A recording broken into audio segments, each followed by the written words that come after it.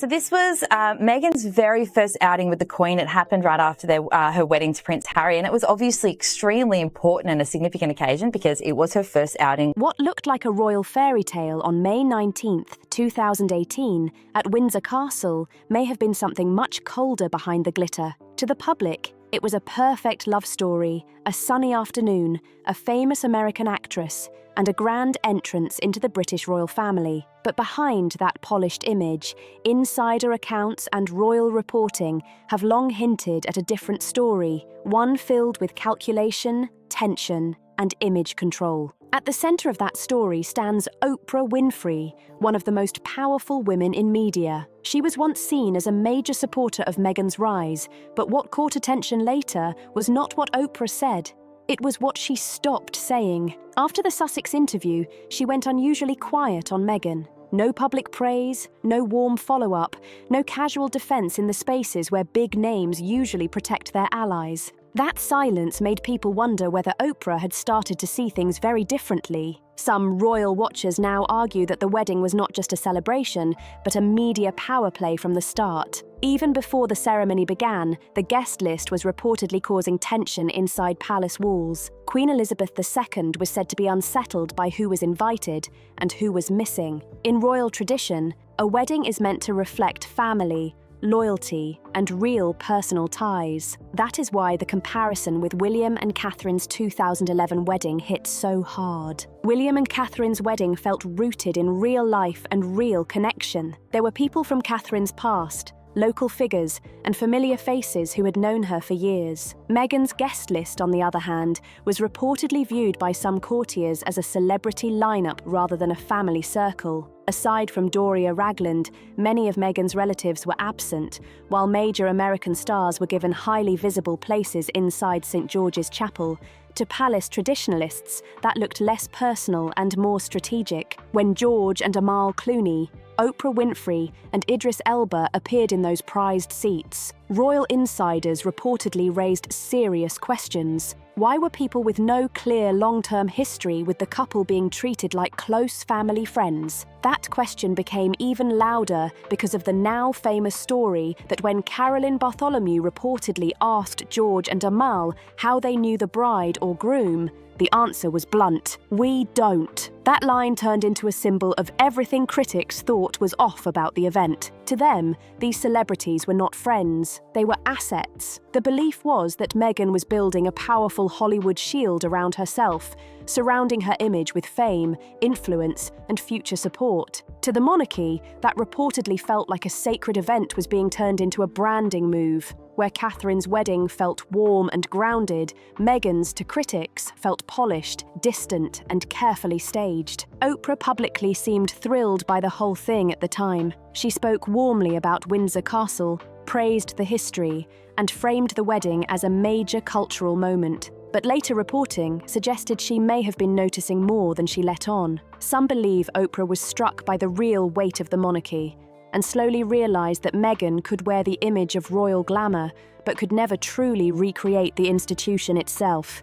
That may have been the first crack in the illusion. Behind the scenes, palace staff were reportedly dealing with far more stress than the cameras showed. Stories circulated about Meghan making strong demands during the wedding preparations, including claims that she wanted the centuries-old chapel treated more like a styled event venue. One report said she wanted the air freshened with atomizers, an idea palace staff allegedly rejected outright because of the building's age and importance. To them, it crossed a line. Another story that kept following the wedding involved a food tasting and a reported complaint about a vegan dish. Meghan allegedly said she could taste egg, and the exchange became tense enough that the Queen herself was said to have stepped in. The line often repeated from that moment was sharp and unforgettable: "Meghan, in this family we do not speak to people like that." Fair or not, stories like that fed the palace view that this was someone trying to dominate the room, not adapt to it. That impression only deepened after the 2021 interview, especially when claims began to clash with public facts. One of the biggest problems came from the statement about a secret wedding 3 days before the public ceremony, a claim later contradicted by the Archbishop of Canterbury. For Oprah, whose image was built on truth and instinct, That moment looked damaging. It suggested she may have trusted a story that was already starting to come apart. The celebrity shield built in 2018 also seemed to weaken over time. George Clooney, once a glamorous face at the wedding, was later seen in warm conversation with King Charles III, and royal watchers took notice. That shift fed the growing belief that Hollywood had started pulling back from Meghan. Whispers of coldness at elite events only added to the sense that the early excitement had faded fast. Then came Tiara Gate, the clash that reportedly exposed the deeper power struggle at the heart of the wedding preparations. Meghan was said to want a tiara with large emeralds, but Queen Elizabeth refused because of concerns tied to the stone's background. Harry reportedly reacted angrily, and this was the moment linked to the now infamous line, "What Meghan wants, Meghan gets." To palace insiders, that was not romantic. It sounded like a direct challenge to royal authority. The Queen's response was said to be calm, firm, and final. Meghan would wear the tiara assigned to her, the Queen Mary Diamond Bandeau. The wedding went ahead, but the message had already landed. To critics, the dispute showed a bride more drawn to the optics of power than the discipline of the role. And that, more than anything, is what Oprah Winfrey and other Hollywood elites may have recognized only much later as a recurring pattern. What really blew up during the wedding build-up was not the flowers or the music, but the reported clash between Meghan Markle and Catherine, then the Duchess of Cambridge. For years, people kept arguing over who made who cry, and the story stayed stuck in that messy, he said, she said zone. But once more, palace accounts started lining up. The fight seemed to center on one detail that looked small from the outside, yet carried real weight inside royal circles. The flower girl dresses. Royal protocol for a major Windsor wedding traditionally called for the young bridesmaids, including Princess Charlotte, to wear tights. It was about formality, tradition, and the children's comfort during a long public ceremony. Meghan reportedly wanted a more modern, Hollywood-style look and preferred the girls to go bare-legged instead. To some palace insiders, this was not just a style choice. It was seen as another moment where tradition was being brushed aside for appearance. Things reportedly got worse during the fittings. According to accounts repeated over the years, Charlotte's dress did not fit properly, and the situation became more stressful because the children were uncomfortable. Catherine was said to be deeply upset, and that was the moment the tension spilled over. Meghan later told Oprah that she was the one left in tears, but palace sources and people linked to the fitting have long pushed the opposite version. In their telling, Catherine was the one who ended up distressed by Meghan's reportedly hard tone and refusal to back down. That is why this was never seen inside the palace as just a silly argument about clothes. To those around the family, it raised a bigger question about respect, boundaries, and whether Meghan was willing to listen to someone who had already spent years learning the royal system. Catherine had done the hard work, learned the rules, and adapted step by step. So to some insiders, the dress clash looked like a direct rejection of that experience, and Prince William was said to have taken it very personally. According to long-running royal reports, this was one of the moments that helped kill off the dream of a smooth Fab Four alliance. William reportedly saw the treatment of his wife as a serious breach of family loyalty. From there, the mood inside the palace became even more strained, especially because the contrast between Catherine's wedding and Meghan's planning style was so obvious. Catherine's 2011 wedding was often described as careful, respectful, and rooted in continuity. Meghan's approach, according to some staff accounts, felt much more like someone running a production. There were claims that Meghan became intensely focused on how things would look, from presentation to visual impact. Some staff reportedly felt they were being treated less like royal aides and more like assistants on a set. That rubbed people the wrong way because the monarchy was not supposed to operate like a celebrity event machine. It was meant to be about service, order, and history. To those already feeling uneasy, this only added to the view that Meghan was more interested in the image of royalty than the discipline behind it. Oprah Winfrey, meanwhile, seemed to see only the beautiful surface at first. She spoke about the grandeur, the emotion, and the scale of the moment. What she likely did not see then were the private tears, the staff frustration, and the growing tension behind the scenes. That is why the later contradictions from the 2021 interview cast such a long shadow backward. Once the claim about a secret wedding 3 days earlier was publicly contradicted by the Archbishop of Canterbury, people started looking at the whole 2018 event with fresh suspicion. If the public story around the ceremony could be reshaped so boldly, critics began asking what else had been polished for effect. The guest list only made those questions louder. Many in the palace reportedly found it striking that so many people from Meghan's earlier life were missing, while major celebrities with little clear history with the couple were front and centre. Oprah, the Clooneys, and Idris Elba were not seen by critics as random invites. They looked like part of a plan. In that reading, Meghan was not simply inviting famous people. She was building a powerful image around herself. By placing Hollywood heavyweights in the pews, she appeared to be signaling that she belonged to another kind of royalty, the global celebrity elite. In the short term, it worked. Oprah's presence gave the wedding huge media power, especially in America, and her public praise helped strengthen the image Meghan wanted. But that loyalty, critics say, depended on one fragile thing: authenticity. The moment that authenticity started to crack, the support around her started looking less solid. Palace watchers argue that the bridesmaid dispute and Tiara Gate were not isolated examples of a stressed bride under pressure. They were early signals of a larger pattern, putting brand, image, and personal control ahead of institution, family rhythm, and royal respect. On camera, the wedding sold inclusivity, glamour, and a modern new chapter for the House of Windsor. But inside the chapel, especially among those in the most prestigious seats, the mood was reportedly far more awkward than the public ever knew. That takes this story into the next phase, because the wedding guests themselves became part of the mystery. Part 3 moves deeper into that surreal atmosphere, where some of the most powerful people in Hollywood seemed less like genuine old friends and more like carefully placed symbols in a larger production.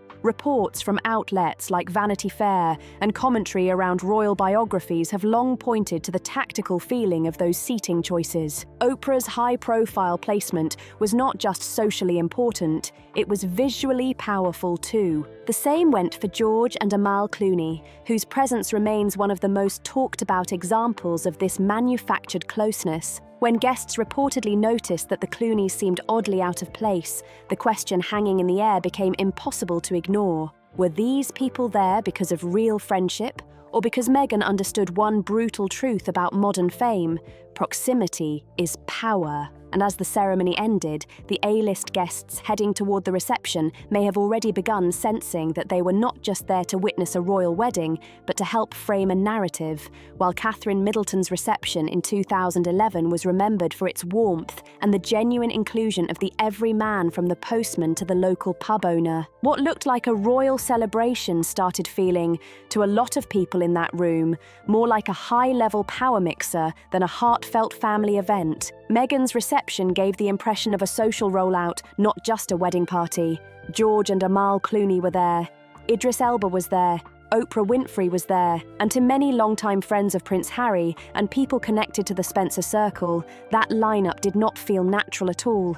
It felt staged, polished, and loaded with a message. The message was simple. A new kind of inner circle was being presented, and it was built on celebrity status, influence, and media value. That is where the unspoken trade started becoming obvious to anyone with sharp social instincts. Oprah brought credibility. Meghan brought the story. Oprah's later funny little account about changing her dress at the last minute so it would not seem too close to white fit perfectly into the role she appeared to be playing, the classy, respectful ally. But while that image looked smooth on the surface, critics say the cracks were already there behind the scenes. The missing father, Thomas Markle, the tension around the family narrative, and the harsh interviews later given by Thomas Markle Jr. all added up to one brutal problem. There was a growing vacuum of authenticity, and no amount of Hollywood shine could fully cover it up. By the time the evening reception at Frogmore House began, a more private event hosted by Prince Charles, the guest list itself had reportedly become one of the biggest quiet talking points of the night. In those hushed side conversations, one thought seemed to be spreading. These stars were not just attending a royal wedding. they were being pulled into a brand. That is what makes the later fallout hit so hard. The very people Meghan was believed to be drawing in as protection, Oprah, the Clooneys, and other elite names, were later seen by critics as some of the first to step back once the glow started fading. And in Hollywood, that kind of cold retreat hurts more than open shade ever could. The year 2021 was supposed to lock everything in place once and for all. The Oprah sit-down with Meghan and Harry was presented as a major act of truth-telling, a cultural reset, and the moment the media shield built back in 2018 would fully pay off. For a while, it looked like a huge win. The headlines were massive, the reaction was emotional, the conversation exploded everywhere. But in the years after that broadcast, the story began shifting from empowerment to something much more awkward, especially for Oprah herself. For Oprah, the turning point did not seem to come from one single disaster. It appeared to come from a steady pile-up of disputed claims, contradictions, and moments that made the interview look more fragile with time. The most damaging of all was the claim about the secret backyard wedding. That was a huge moment in the interview because it sounded intimate, romantic, and rebellious. But when the Archbishop of Canterbury later clarified that the legal wedding was the public Windsor ceremony, it did not just hurt Meghan's image with critics, it also put Oprah in an uncomfortable spot. People started asking how one of the biggest interviewers in the world ended up backing a story that later took such a public hit. That mattered because Oprah's whole empire was built on truth, instinct, and emotional trust. She was not just another celebrity with a microphone.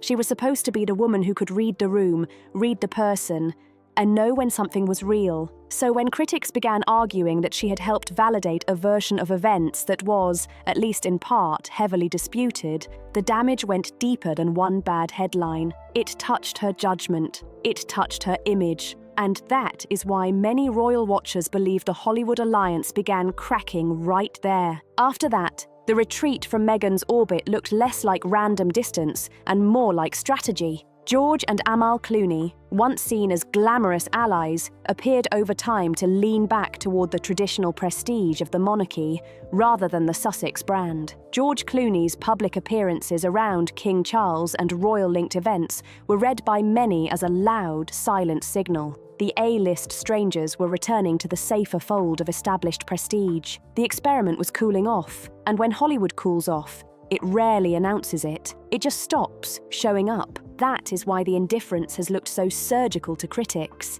It is not about loud attacks or dramatic statements. It is about the unanswered email, the missing invitation, and the sudden absence of public warmth. Rumors about people wanting a little more distance from Meghan spread fast because they matched the pattern many believed they were already seeing. The talk around Viola Davis allegedly not wanting to be seated near Meghan, whether fully proven or not, gained traction because it reflected a wider idea already in the air. Hollywood's real royalty was protecting itself from a brand that now looked overly managed, transactional, and risky. Even Gayle King, once seen as one of the Sussexes' strongest public defenders, got pulled into the broader conversation about strain around the brand. There were claims that Meghan had been pitching similar documentary ideas to several major power players at the same time. If true, that would have made some people feel less like trusted confidants and more like stepping stones. And in elite circles, that lands badly. Very badly. Powerful people can handle ambition. What they do not like is the feeling that they were being played in plain sight. The skepticism did not stop with interviews and celebrity friendships either. It started touching the softer, more relatable image Meghan tried to project in public. Moments that were meant to feel casual and down to earth were later viewed by critics as overly polished and possibly staged. Fair or unfair, that shift in perception mattered a lot, because once people start believing even the simple moments are curated for effect, trust starts sliding fast. And in Hollywood, trust is the real currency, not applause, not headlines. Trust. That is why the silence from Oprah's camp matters so much in this whole story. The big whoa moment from 2018, when it felt like Meghan had stepped into a dazzling new chapter supported by global stars, has now been replaced by something much colder, quiet distance. controlled silence, no loud defense, no visible enthusiasm. Meghan, who once seemed to be using a royal wedding as the launchpad for a bigger global image, now appears, at least to critics, to be dealing with the limits of borrowed prestige. Fame can open the door. It cannot always keep the room on your side. As this deep dive reaches the final stretch, the picture surrounding Meghan Markle and Prince Harry looks very different from the one presented back in 2018. What once looked like a star-packed sanctuary now feels, to many critics, like a landscape of caution, hesitation, and selective distance. The media shield did not just crack. In this version of the story, it dissolved. And what it left behind was a lesson a lot of people in power already know. There is a massive difference between calculated influence and authentic prestige. One is flashy, the other lasts. The shift in how Hollywood insiders are said to view the Sussex brand may be the most revealing part of all. At first there was curiosity, then support, then excitement. But as contradictions, image questions, and repeated doubts started piling up, that excitement reportedly turned into caution. In a town where almost everybody performs, the one thing people cannot stand is feeling that the performance was aimed at them. That is the line. You can be polished, you can be strategic, you can even be dramatic. But the moment allies think they were emotionally managed for somebody else's script, the mood changes fast. And the comparison with William and Catherine only makes that contrast look even harsher. More people now seem to look back at their wedding and their public image with fresh respect. What once seemed stiff now looks steady. What once seemed old school now looks solid. Catherine's connection to duty, community, and the institution feels stronger now precisely because it was never packaged like a glossy rebrand. That difference keeps hanging over Meghan's image, and it is hard to ignore. The final lesson is brutal and simple. You cannot build something lasting on strategic strangers alone. Meghan's attempt to turn royal access and Hollywood power into a protective shield appears, to critics, to have left her isolated from both worlds. The silence greeting her now feels like the sound of an industry that has moved on. And as one executive reportedly put it, trust once broken doesn't get airtime. So the fairy tale that began with bells, sunshine, and a breathless royal spectacle has ended somewhere much colder. The A-list strangers have gone back to their real circles. The Queen of Media seems to have closed the book in silence, and the victory of love storyline has been overtaken by the harder truth of reputation. In the final edit, for many critics, the performance simply did not age well. If you made it this far, drop your thoughts in the comments and tell me what you think was the real turning point in this whole saga. And make sure you like, comment, subscribe, and turn on notifications for more deep dives just like this.